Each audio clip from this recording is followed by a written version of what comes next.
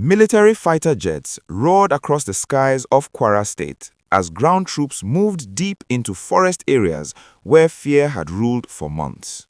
In Edo, Ifelodun and Patigi Local Government Areas, non-hideouts used by violent groups were hit in a coordinated operation that combined airstrikes with strong ground movement.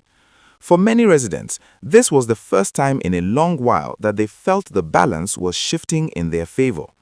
If you're following this story closely, don't forget to like this video and subscribe to the channel so you don't miss important updates like this.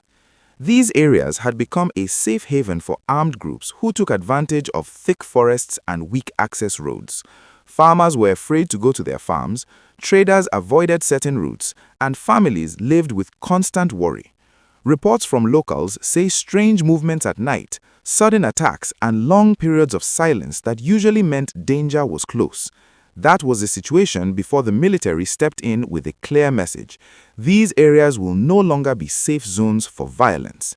Please remember to like this video and subscribe because your support helps us keep bringing these stories to you. As the airstrikes began, ground forces advanced carefully, targeting camps believed to house fighters, weapons, and supplies.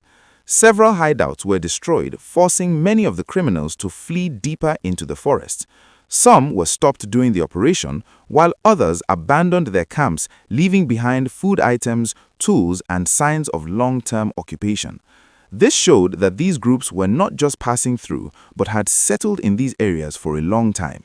If you're finding this update useful, like the video and subscribe right now so more people can see it. For residents in nearby communities, the sound of jets was both frightening and hopeful. Frightening because it meant serious action was happening close to home, but hopeful because it signaled that help had finally arrived. Some villagers said they stayed indoors, praying the operation would succeed. Others said they felt relief knowing that the authorities were finally taking the fight directly to the source of the problem. Don't forget to like this video and subscribe because these stories affect real people and real communities. The military also made it clear that this operation is not a one-day event. Troops are expected to remain in the area to prevent the criminals from returning. This is important because in the past, some groups would leave during operations and quietly return once things became calm again. This time, the plan is to hold the ground, gather information, and work closely with other security agencies to keep the area stable. Like the video and subscribe so you can stay updated on how this develops. Another serious issue raised during this operation is the role of informants. Security sources say some local collaborators have been warning criminal groups ahead of time. This makes operations harder and puts both civilians and soldiers at risk. Authorities are now calling on residents to speak up and support security efforts by reporting suspicious activities. Peace, they say, cannot be achieved by force alone.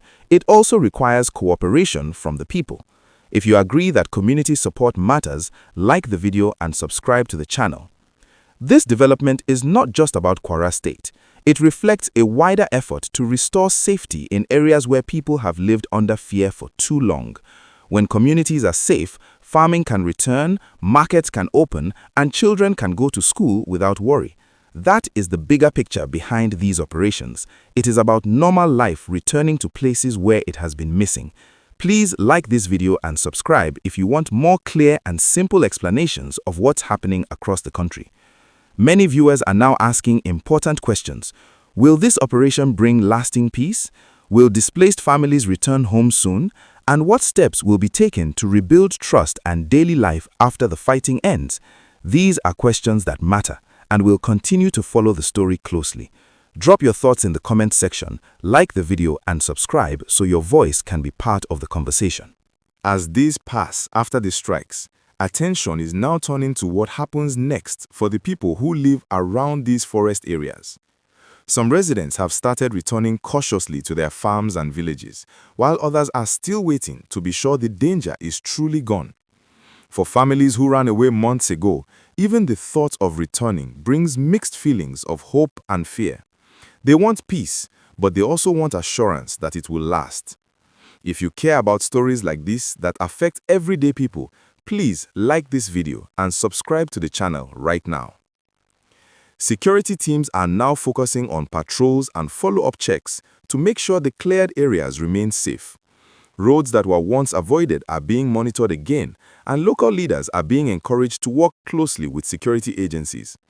This stage is very important because it helps prevent these violent groups from reorganizing or moving back quietly.